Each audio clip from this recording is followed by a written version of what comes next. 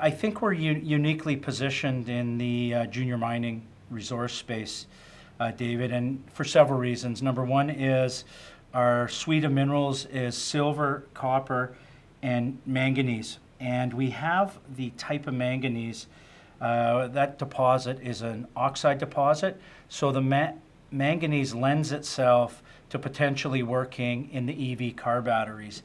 And there's a lot of manganese globally, primarily ferromanganese, which is used in the steel industry. The chemistry for ferromanganese does not work with EV batteries. And if you look at all the chemistries, both the Chinese and the Western, they tend to have manganese in them.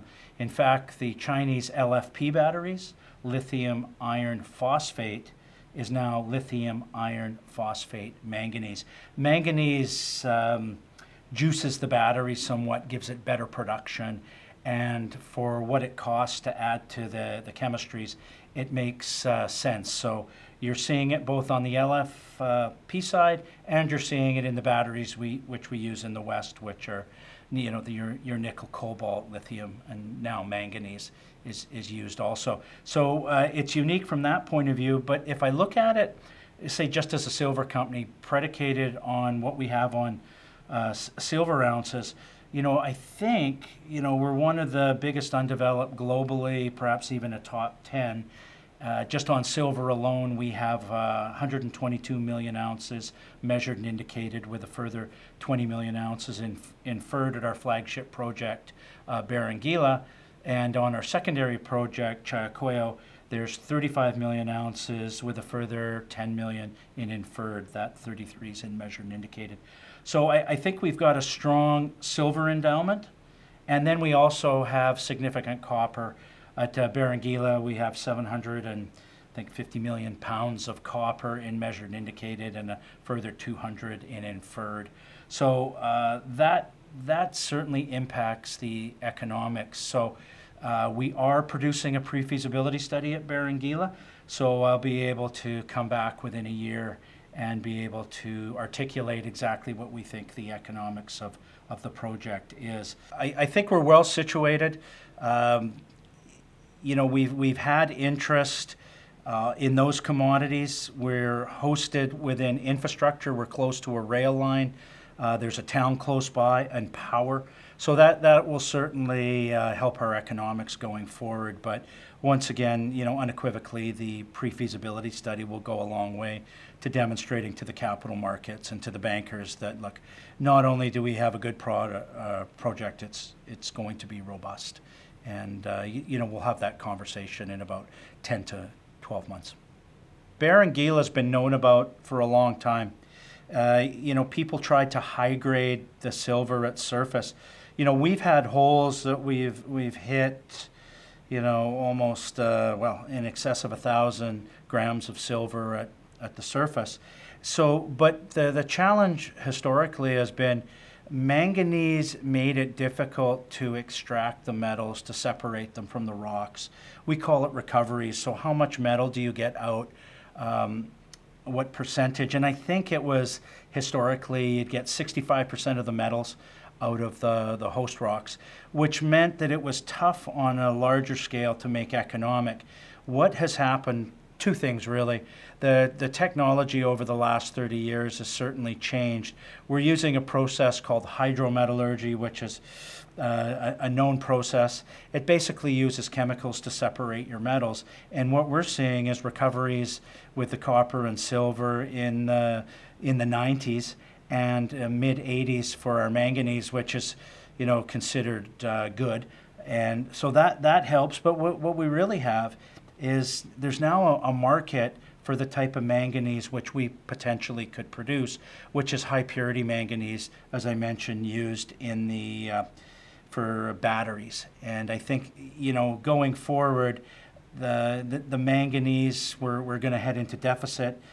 There's not many deposits like ours globally, and potentially we have the chance to be one of the biggest, if not the biggest, which once again the pre-feasibility study will help us demonstrate how much we're going to produce per annum. But really, what gives us the competitive advantage is the silver. It's hard to find a big silver deposit, and it's even harder to find a big silver deposit that's potentially open pit. Our ore comes right to surface, so it gives us, and we have some high grade zones that we've recently been drilling, and we put out some splashy numbers several weeks ago. I think 40 meters, 45 meters of 480 grams of silver and up to 2% copper. So it gives us optionality when we're potentially going to be building a mine on where we mine first. But there is a chance we can really ramp up the silver in the front end, and I think a lot of our shareholders that follow silver will like that. But yeah, it has been around a long time, but it's only since we kind of took it over 5 years ago from SSR, which Silver Standard Resources was becoming more of a gold company. They were merging with a Turkish gold miner at the time. So there was an opportunity to pick this up from them. We paid $15 million. Last year we made our last payment. We own it 100%. And I think I will say this unequivocally. We probably know more about processing of the manganese than just about anyone in the West now. I think that's a fair comment. It's my opinion, but we also have the processing team and the engineering team that's capable of putting a deposit like this into production.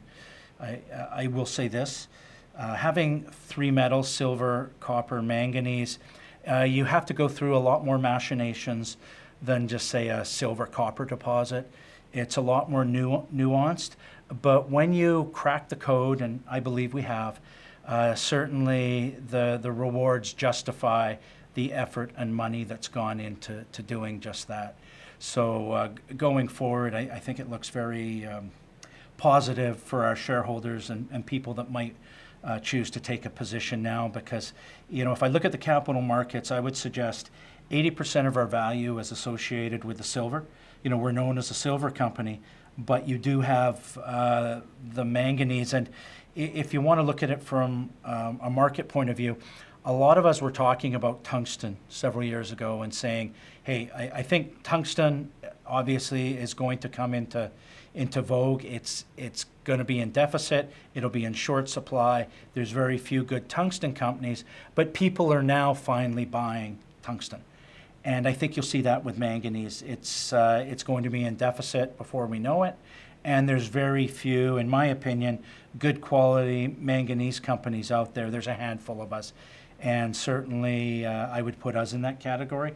But we're one of the few with a co-product, and that gives us a competitive advantage. So I would describe it like this. For those of you that have bought a financing and you get a unit, so you get your share, and then you get your warrant, the share is the silver and maybe the copper, but the warrant would be the manganese, and it's highly levered to both commodities. In fact, all three. We're almost at all-time highs for copper as well, and I'm always looking for good copper and silver projects. They don't fall from trees. They're very difficult to find, and I would say we have two of them, and they're both open pitable.